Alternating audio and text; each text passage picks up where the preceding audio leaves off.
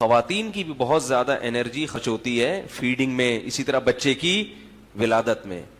تو اس کی انرجی کو اگر اس کی ریکوری ہو جائے نا, یعنی دوبارہ سے اچھی خوراک ملے اس کو اور پراپر ملے, تو یہ اس کے لیے اور اچھا ہوتا ہے. سمجھ میں آ رہی ہے بات؟ اور پھر ایسی صورت میں جتنا بھی کھائیں گی موٹاپا نہیں آئے گا, بلکہ باڈی مکمل ریفریش ہو جائے گی, بلڈ سارا نکل کے ضائع ہو جاتا ہے, دوبارہ بنتا ہے نیا خون, تو صحت ڈبل ہو جاتی ہے, اچھی ہو جاتی ہے, دیر سے بڑھاپا آئے گا. اب اس کے لیے کامن سینس چاہیے, ڈاکٹروں کی رپورٹیں, یہ بات سمجھنے کے لیے نا ایک عدد دماغ میں کیا ہونی چاہیے, مغز ہونا چاہیے سمجھنے کے لیے, تو پھر یہ باتیں سمجھ میں آئیں گی. ورنہ پھر وہی کولو کے بیل کی طرح چلتے رہو جہاں معاشرہ جا رہا ہے. بیڑا غرق کر دیا آج کل فیملی پلاننگ والوں نے. خواتین کی صحت کا حال دیکھو, 2 بچے چاہیے 3 بچوں روکنے کے لیے جو وقفے کے طریقے ہیں وہ کس قدر زہریلے طریقے ہیں. ایک مصیبت, فطرت سے ہٹ کر اپنا دنیا کا بھی نقصان, آخرت کا بھی نقصان, صحت کا بھی نقصان. اور جو حمل روکنے کے لیے جو گولیاں اور انجیکشن اور جو مصنوعی طریقے ہیں وہ ذہنی طور پر بھی, مینٹلی بھی ڈسٹرب کر دیتے ہیں. طلاقوں کی بہت بڑی وجہ یہ ہے, کیونکہ جب خواتین حمل روکنے کی کوشش کرتی ہیں, جتنی بھی دوائیں اس میں آ رہی ہیں نا, مینٹلی ڈسٹرب کرتی ہیں, چڑچڑاپن پیدا کرتی ہیں. جب چڑچڑاپن ہوگا تو میاں کی بات کا تمیز سے جواب. لیکن فیملی پلاننگ والوں کو ان چیزوں کی کوئی پرواہ نہیں ہے. وہ کہتے ہیں بیڑا غرق ہو جائے, طلاقیں ہو جائیں, ہماری صحت پہ کوئی فرق نہیں پڑتا, وہ بچے روکو بس. اور ہم اسی کولو کے بیل کی طرح ان کے پیچھے.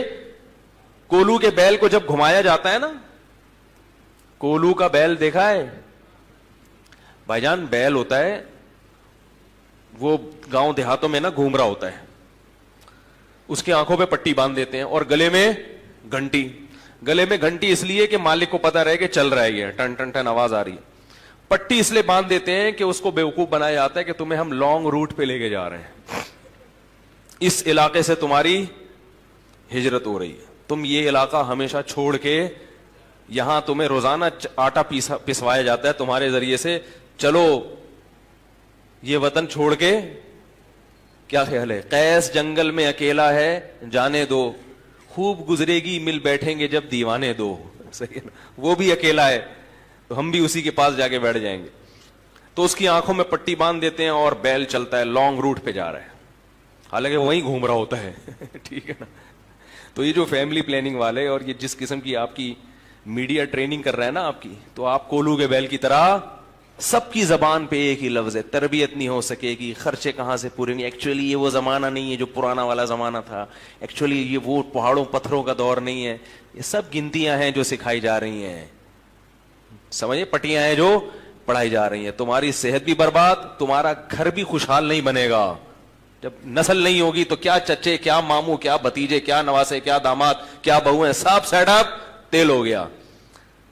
چہروں پہ خوشیوں کے آثار نہیں ہوں گے, کیونکہ ذرا سی عمر بڑھتی ہے تو پیسہ کسی کام کا نہیں رہتا انسان کے, اس سے نہ باتیں کر سکتا ہے نہ دل کے راز. خدا کی قسم وہ غریب اچھا ہے جس کے رشتہ دار ہیں اور اس کے غم اور اس میں اس کی خوشیوں میں اور غم میں شرکت کرتے ہیں. جاؤ ان دولت مندوں کے حالات جا کے دیکھو, ان کا بڑھاپا کیسے گزر رہا ہے, جنہوں نے نسلیں روکی ہیں.